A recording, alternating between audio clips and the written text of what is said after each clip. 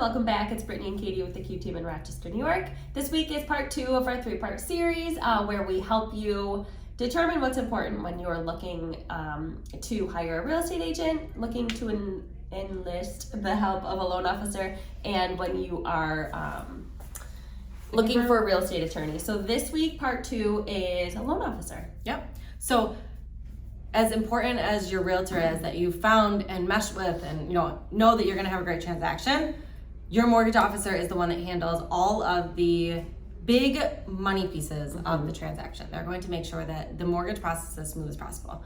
So the first thing, which is very similar to what we say that you should be looking for a realtor, is the communication piece.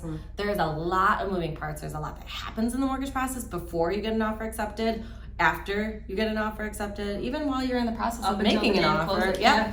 So having someone that is communicative and responsive is absolutely crucial. And all those things are happening at all different hours of the day. I mean, offers are being negotiated sometimes on a Saturday evening at 10 p.m. We got to make sure that we have someone on our team that is accessible, a reasonable amount of time to be able to help us through the process no matter when or what is happening. That's a good point. So a loan officer that is available nights and weekends if you need them, and also one who knows the products.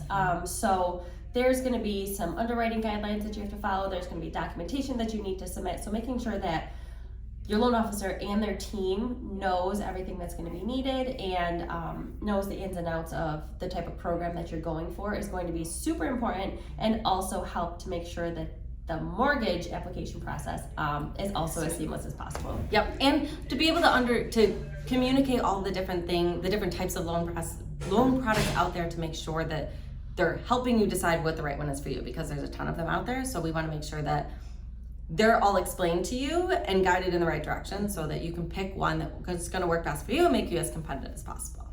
And then lastly, this was a big one. I know, right? I can't help it. Now I forgot what I was going to say. Oh, dear.